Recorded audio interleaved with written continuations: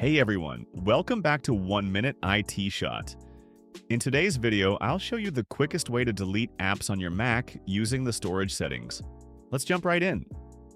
Click on the Spotlight search icon at the top right, or press Command plus space. Type storage, then select Storage Settings from the list.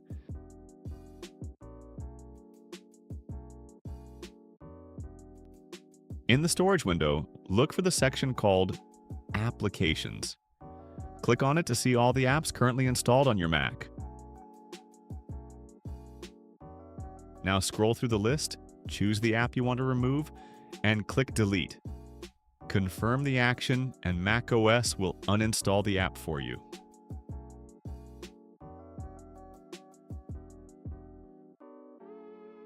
And that's it. Your app is gone.